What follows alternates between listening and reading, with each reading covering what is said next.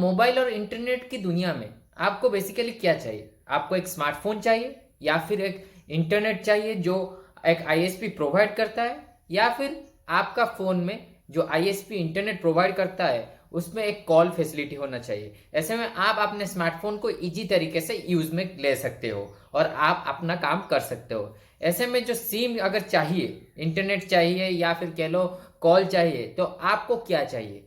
Basically इस smartphone में या फिर कह लो जो फोन्स यूज करते हो उसमें एक ट्रे होना चाहिए जिसमें आप सिम डाल सको और आप इन फैसिलिटी का लाभ ले सको। आज हम उसी के बारे में बात करने वाले हैं कि जो ई सिम, हमारा जो फ्यूचर वर्ल्ड में ई सिम टेक्नोलॉजी और जो कॉन्सेप्ट आया है या फिर आने वाला है वो क्या है, ये कैसे काम करता है और हमें कैसा बेनिफिट होगा। मैं हूं पद्मन पाल फ्रॉम पदुटेक, तो फिर चलिए।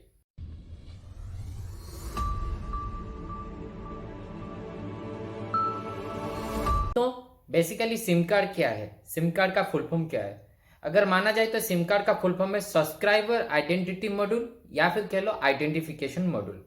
ये जो हम फोन यूज करते हैं, जो सब्सक्राइबर्स है यानी यूजर्स, उनका कुछ आइडेंटिटी, जैसे मान के चले आधार कार्ड लिंक या फिर कह लो कोई पान कार्ड है, उनका जो डिटेल्स होता है उसमें रहता है, या फिर कह लो कुछ कॉन्टैक्ट डिटेल्स भी उसमें स्टोर होता है। जैसे मान के चलिए फिजिकल अपीयरेंस ले लेते हैं, ये इसमें ये पहले जमाने में आता था, ये है सिम। अगर इसमें देखा जाए तो इसमें उस यूजर, जो यूजर के नाम पे ये सिम लाया गया है, या फिर कह लो जो यूजर उस दुकान या फिर उस कंपनी का सिम को यूज करने के लिए अपना डॉक्यूमेंट्स दिया है, उसका आइडेंटिफिकेशन उसके अंदर रहता है और साथ ही साथ कुछ कॉन्टैक्ट डिटेल्स उसमें स्टोर होता है। जैसे कि मान के चलिए कुछ 100 कॉन्टैक्ट्स होगा, कुछ 200 कॉन्टैक्ट्स होगा। आजकल तो मोबाइल फोन में कॉन्टैक्ट स्टोर होने वाला है, लेकिन पहले जमाने में सिम में थोड़ा कॉन्टैक्ट डिटेल भी स्टोर होता था। जब एडवांस हो रहे हैं सिम और मोबाइल और टेक्नोलॉजी के मामले में भी बहुत सारे एडवांसेस आने लगा है। जैसे मान के चलिए जो पहले सिम आता था वो बड़ा साइज का आता था, जैसे ये वोडाफोन का सिम है। अगर फिजिकल अपीयरेंस देखा जाए तो ये बड़ा सिम है। बाद में इसको छोटा और छोटा कर दिया गया है। जैसे उसके बाद आया है माइक्रो, उसके बाद आया है नानो, जो हाल ही में जब कोई आईफोन का एक मॉडल लॉन्च हुआ था, आईफोन 5, तब भी ये नानो सिम यूज हुआ था। जैसे कि मान के चलिए उस जमाने में जब नानो सिम मतलब पहली बार मार्केट में आया था, बहुत सारे यूजर्स अपने सिम को कटवा रहे थे और उसको यूज करने के लिए। लेकिन ऐसे में जो सिम का टेक्नोलॉजी है, लेकिन उसका जो साइज है, अंदर का साइज है, वो तो सेम रहता है, लेकिन जो आउटर पार्ट्स रहता है, जैसे कि जो प्लास्टिक का पार्ट रहता है, उसको डिक्रीज करते, मतलब दिन पे दिन डिक्रीज हो रहा है।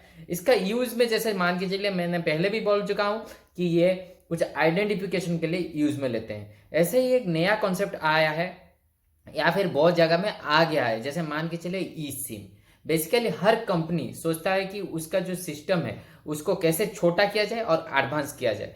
जैसे मान के चलिए आप अगर कोई सिम डालते हो, उसमें में सिम ट्रे और जो सिम का स्पेस है वो ज़्यादा ले लेता है।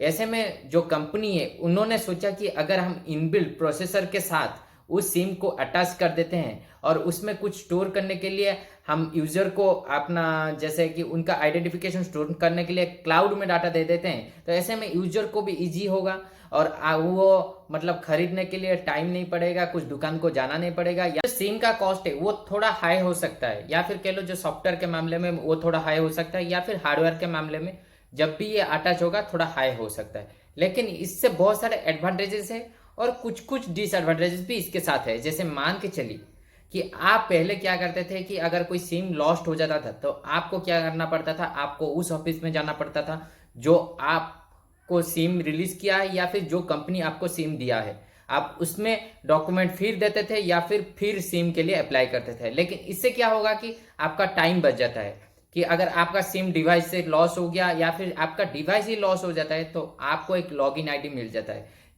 ऐसे इंटरफेस मिल जाता है। आप दूसरे डिवाइस में भी अपना लॉगिन कर सकते हो क्लाउड में और आप वही सिम को वहां पे भी यूज कर सकते हो। जैसे मान के चलिए आप जब लॉगिन करते हो कुछ इंटरफेस के लिए, जैसे आईफोन में उसका एप्पल आईडी के लिए यूज करते हो या फिर कोई भी सिस्टम के लिए आप उसका आईडी डालते हो, जीमेल में, गूगल क्लाउड में, ऐसे ही एक सिस्टम दिया जाएगा या फिर इंटरफेस दिया जाएगा। आप वहां पे लॉगिन कर सकते हो और आप सिम का इंटरफेस को यूज में ले सकते हो। लेकिन बहुत सारे कंपनी है, जैसे एप्पल का जो वॉच है सीरीज 3 या फिर कह लो सैमसंग का वॉच है, उसमें ई सिम का फैसिलिटी दिया गया है। जैसे मान के चलिए जो एप्पल का स्मार्ट वॉच है वो रिलीज करता है ई सिम फैसिलिटी, और जो सिम जिसमें नहीं है नॉर्मल फैसिलिटी का भी एप्पल वॉच रिलीज करता है। हालांकि इंडिया में अभी तक ई सिम का टेक्नोलॉजी नहीं आया है, लेकिन कुछ कुछ देशों में जैसे बहुत सारे अमेरिका में ई सिम का फैसिलिटी है जहाँ पे ये यूज में लेते हैं, और वो प्रोडक्ट्स उन कस्टमर को प्रोवाइड किया जाता है जो ई सिम का फैसिलिटी ले सकते हैं या फिर उनके कंट्री में यूज हो रहा है ई सिम फैसिलिटी। इससे भी बहुत सारे एडवांटेजेस है, जैसे आपका अगर कोई छोटा डिवाइस हो उसमें भी फिट होने वाला है ई सिम। बेसिकली ये ई सिम जो फिट हो रहा है ये कहाँ पे हो रहा है और यहाँ पे ये कैसे हो रहा है हम आज जानने वाले हैं। मोबाइल का जितने सारे कंपनी प्रोसेसर डिजाइन करते हैं, जैसे क्वालकॉम डिजाइन करता है या फिर एनवीडिया डिजाइन करता है, ARM डिजाइन करता है या फिर सैमसंग डिजाइन करता है, उन सारे पेरेंट कंपनीज, इन सारे कंपनियों को जो पेरेंट कंपनी अपना प्रोडक्ट बेचते हैं उसका नाम है ARM। ARM बेसिकली प्रोसेसर बनाता है या फिर डिजाइन करता है, इन सारे कंपनियों को डिजाइन बेचता है, और इन सारे कंपनियों अपने तरह इन डिजाइन को बना के और कुछ कुछ डिवाइस में फिट कर देते हैं। ये कॉन्सेप्ट ARM का है जो अपने प्रोसेसर्स के अंदर ये ई सिम को लगाने वाला है और इनबिल्ट होने वाला है, जिससे कि आपको कोई दूसरे जगह से सिम खरीदना ना पड़े और ट्रे में उसको फिट ना करो। ऐसे क्या होता है कि जो डिवाइस होता है, छोटा छोटा डिवाइस होता है, उसमें जितने सारे प्रोसेसर्स होते हैं, जैसे मान के चलिए वॉच है या फिर स्मार्ट डिवाइसेस जितने सारे हैं, उसमें ई सिम फैसिलिटी होगा, जिससे कि आपको एक लॉगिन आईडी मिल जाएगा, आप लॉगिन कर सकते हो और आप डिवाइस को यूज कर सकते हो। हालांकि ये इंडिया में नहीं आया है अब तक, लेकिन अगर ये इंडिया में आता है तो सॉफ्टवेयर वाइज या फिर हार्डवेयर वाइज बहुत सारे प्रोडक्ट को अपग्रेड करना पड़ेगा और चेंज करना पड़ेगा, क्योंकि इसमें कुछ फिजिकल नहीं होगा, जिसमें आप सिम ट्रे नहीं होगा, आप उसमें डाल सकते हो सिम और आपका डिवाइस यूज में ले जाओ।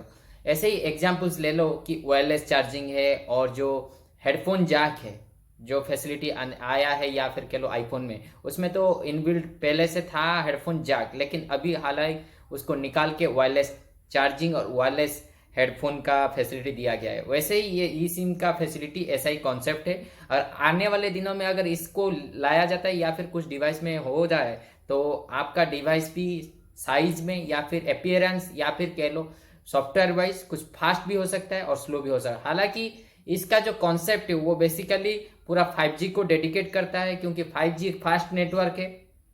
अब मैं बोल चुका हूं कि इसका नेटवर्क जो है वो 6 Gbps से लेके 24 Gbps के अंदर रहता है, जो एक प्रोवाइड इंटरफेस करता है कि आपका जो नेटवर्क है वो बहुत स्पीड हो सकता है और आप उसका आउटपुट ले सकते हो। वैसे भी यहाँ पे यूज होने वाला है ई सिम फैसिलिटी, और 5G को डेडिकेटेड करते हुए आज तक तो इंडिया में अभी तक नहीं आया है, लेकिन इसका ट्रायल चला है। अगर फ्यूचर में कुछ 5 साल क्या फिर 4 साल के अंदर ये आता है तो कुछ कुछ डिवाइस में ई सिम फैसिलिटी देखा जाएगा, जैसे कि ये आपको यूज में लेते होगे और आप उसका बेनिफिट अच्छी तरह ले सकते हो। इसका बहुत सारे बेनिफिट्स है, लेकिन हालांकि अभी जो बेनिफिट है, अगर आपका मोबाइल लॉस्ट हो जाता है या फिर कह लो आपका जो मोबाइल का साइज है उसमें कुछ कम होने वाला है। अगर लॉस्ट होता है कि आपका डिवाइस लॉस्ट होता है तो आप दूसरे डिवाइस में वही लॉगिन आईडी यूज करके आपका सिम चला सकते हो। ऐसे में आपको यूज होता है कि जो कॉन्टैक्ट डिटेल्स रहने वाला है आपका सिम में वो लॉस्ट नहीं होगा, या फिर कह लो आपका जो सिम लॉस्ट नहीं होगा, जिससे कि आपको टाइम कंज्यूमिंग